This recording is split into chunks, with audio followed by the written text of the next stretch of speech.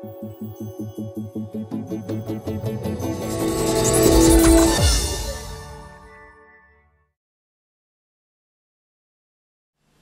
Android fans, this is Eric from hollywoodfrodo.com with another Android app review. And this review is being brought to you by andytags.com, which is a soon-to-be opening website and store where you can buy NFC stickers and tags for use with your NFC Android phone.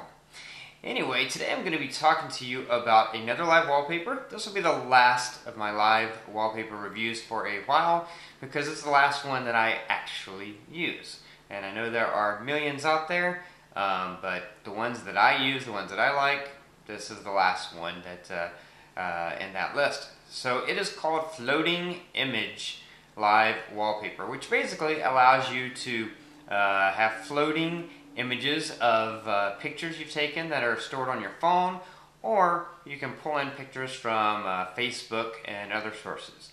So let's hop on my phone and I'm going to show you exactly how it works. Okay, so here you have my phone's home screen. As you can see, there are pictures floating by in the background. Some of these are pictures that are on my phone. Other ones will be pictures that it's going to be pulling from my Facebook page because I have it set up to do that. And as you can see, like here's a good example of cool things you can do. Those are all pictures of Lord of the Rings poster. This cool poster I used to have in my old apartment. And you could direct this to one file folder that only had like pictures of Lord of the Rings, or perhaps logos and pictures from your favorite sports team, and then those images would just be floating in the back, and those wouldn't necessarily be pictures like pictures you took, but they could give a really cool effect to your background by doing something like that. But generally, I think most people use this just to see the images they've taken, the photos they've taken, as you can see floating in the background, because you know we take a lot of pictures and then we never look at them. You look at them, you know, right after you take them, you upload them to Facebook, and then time goes by and you stop looking at them. So this is kind of a cool way. It's one of the things I like about this app is that you know, you see pictures you took a while back, you're like, oh yeah, I remember that. So it's kind of cool. I will say the images that you have stored on your phone tend to be a higher resolution and look better than maybe the ones that it pulls from Facebook. But especially because they're thumbnails, and you know, when you're doing a thumbnail, pictures are going to be really small. But it does a good job, and I think it's a really cool app. So let's take a look at some of the various settings that are available for it. I'm going to go into Live Wallpaper, Floating Image. That's it right there. And so let's open that up and go into Settings. Now here you have the first selection is Manage Feeds. So this is how you can decide where your pictures are coming from. You can see all the green dots. Those are places on my phone and on my memory card where there are pictures, and you can direct it to exactly the folder you want, or you can have like a parent folder and let it know you want it to pull pictures from all the subfolders. But you can, like I said, you could have specific pictures in a specific folder that you want to be your background, or to give a cool effect, or you can do like I did and right now and just have every folder that has pictures in it included. And then these blue ones are Facebook, and so these are two of my Facebook photo albums that I'm pulling pictures from. And you can do Flickr and you can do Explorer, and that would just be random pictures from Flickr. But you can add a new feed. As you see, there's several different. You can Flickr, you can pull from Picasa, Facebook, 500 pics, Photo Bucket, and other RSS. Now I have not tried the RSS feature, so I don't know how well that works. But for me, I figure the pictures I have on my phone are my top priority, and then being able to pull some pictures from Facebook albums, you know, that's pretty cool.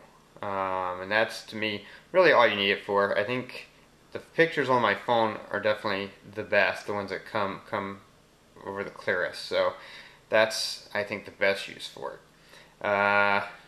disallow nudity in wallpaper, because I guess if you're pulling from, you know, random place, like those random Flickr pictures, then you never know.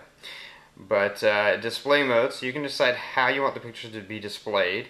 You have lots of options here. I have floating images, and this is called floating image, live wallpaper, but you can also do different things. You can have none, you can have slide horizontal, slide vertical, crossfade, fade to black, fade to white. So you can have various ways of doing that. Slideshow interval, how long you want the interval to be if you're doing a slideshow. As you see, lots of options.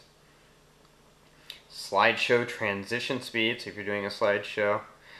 And I'll switch mine to slideshow in a second so you can see that.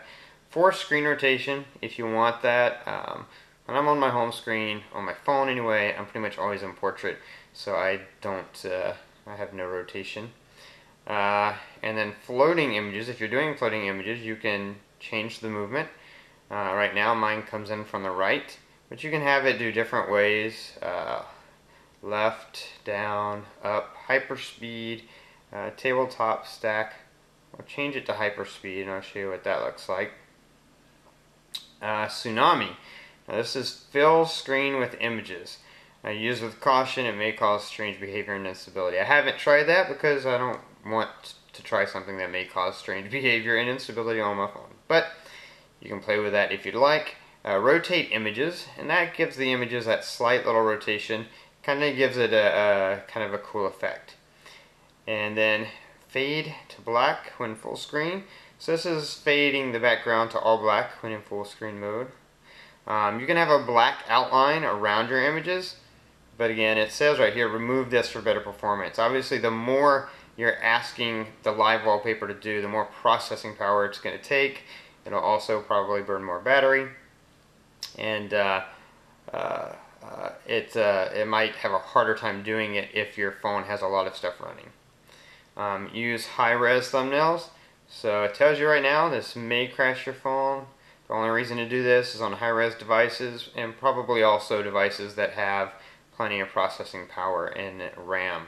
But again, I'm not using this, and the thumbnails look great. The ones from Facebook are a little more blurry than the ones that are on my phone, for sure. But the ones that are on my phone, they look great, so I'm not sure why you would necessarily need that, but it's there. Speed, how fast do images go by? So you can change the floating images speed. I have normal. And then background color. You can choose the background color. As you saw, I had pure black, and I kind of like that effect. But you can have white, blue, green, red, yellow, all, or you can have gray. So let's change it to gray just so you can see what that looks like. Now with the changes that I made, this is the hyperspeed mode, and it kind of has, you know, the images coming in from behind and sliding towards you. So that's a really cool effect. Let's go set that on my home screen. Again, I think I personally would rather have the black background with that, but let's go back in and I'll switch some things around and show you what that looks like. Let's use crossfade. Slideshow interval. I think 30 seconds. It's probably, no, let's go 10 seconds. Slideshow transition speed. I'll leave it slow. And I think that's going to be it since we're doing slideshow. So this is if you want a slideshow. So this is just going to take pictures that are on your phone, and it's going to go through them, rotate through them. The quality of the pictures is much better in this mode. Obviously the reason why the quality is not as great with floating images is because it's processing a lot of images at one time. It's minimizing them, it's angling them, it's making them float across the screen. It's having to do a lot, so it makes sense that those pictures would not be as high as quality. If you want higher quality pictures, then you can do the slideshow. But for me, I just think the floating images provides a better backdrop. A bunch of busy photos in my background would probably drive me crazy in slideshow mode. So let's go back to floating images, and then let's change the movement again. Let's go to tabletop and speed. Let's go fast, and background color, let's go with red, and you can get a look at how that looks. So tabletop, the pictures just kind of show up as if they were just stacking up on a table. They're kind of thumbnail pictures like the floating gallery, but they just continue to stack and continue to stack, and so it's kind of a cool effect. Again, I still think floating images are what I prefer, just because of the effect of them floating. I think it looks really cool, especially with, you have icons and stuff. So let's set this. Because you have icons and stuff on your home screen that are going to be blocking images at certain points. So the cool thing about the floating gallery is as it's floating, you know, you get to see it. If you don't see it at one point because there's an icon blocking it, it's floating, so you're going to be seeing it at the next point. But, so that's, you know, the floating image view is definitely my favorite. So let's go back real quick.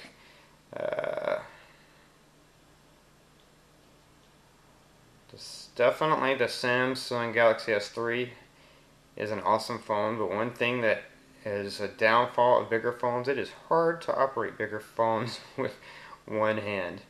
Definitely hard. Okay, so we got the floating images, and now movement.